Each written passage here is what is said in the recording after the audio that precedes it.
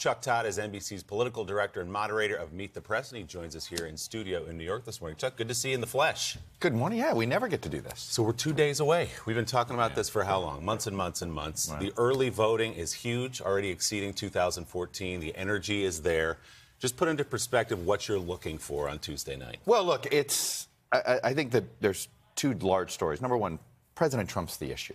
You know, I was talking to somebody who's working with a candidate in one of the races where the candidate's personal rating is very high, but right now they look like they're going to lose. And he says, there's only one reason. It's the president. Right. He is the referendum. And in the suburbs, he's a negative referendum. In rural America, he's a positive when it comes to that. The other thing is this turnout. I mean, we've seen an enormous amount of interest in this election. At some point, if you get so many people to show up to the polls, it makes all the current polling irrelevant. Right. Right. And now you look at these specific races, sort of canaries in the coal mine. If we're watching early on Tuesday night, the ones you'll be looking at, a couple of huge governor's races, one in Florida and one in Georgia. Look, Florida and Georgia are sort of got the most nationalized, the highest profile candidates. Florida in particular feels like a proxy fight for the 2020 presidential race, right? You have a hand-picked Trump-like candidate in the Republican Ron DeSantis, Andrew Gillum, an unabashed progressive African-American candidate who clearly has animated the Democratic base in Florida. It's a real test, right? Democrats want to move in a more progressive direction. If Andrew Gillum wins, that is going to define the presidential Democratic primary field. So in that sense, boy, to me, the party that wins Florida can say they won the night. And Ron DeSantis couldn't be more pro-Trump if he tried the ads with his baby and the Trump onesie and everything else. He's almost too tied to him. Right. For good or bad, he's too tied with him, and that could be, if he comes up short, be the explanation. So those are state races. Let's look a little bit at Congress and a couple of big Senate races. One, Claire McCaskill in a fight for her life in Missouri, and another one out in Arizona. To me, you can't say it's a Democratic wave if Claire McCaskill loses.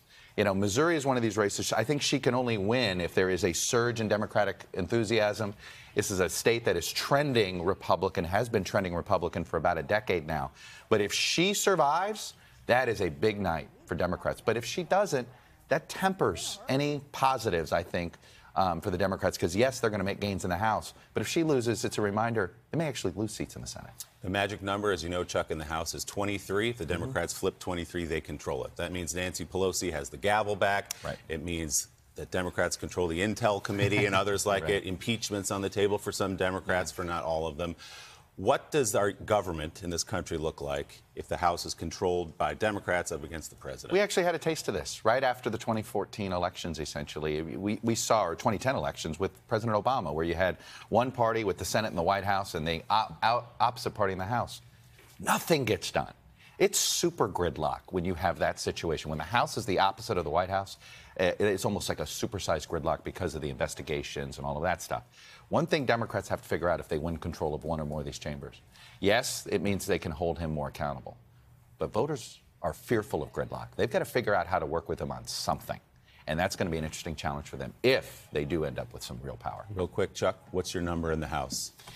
Oh, my over-underline, since I'm a sports guy, is 35. 35. Okay. It would be 35 seats. I would set that as my line. Last week, I'd have taken the under. This week, I might lean toward the over, but actually, it's a no play for me.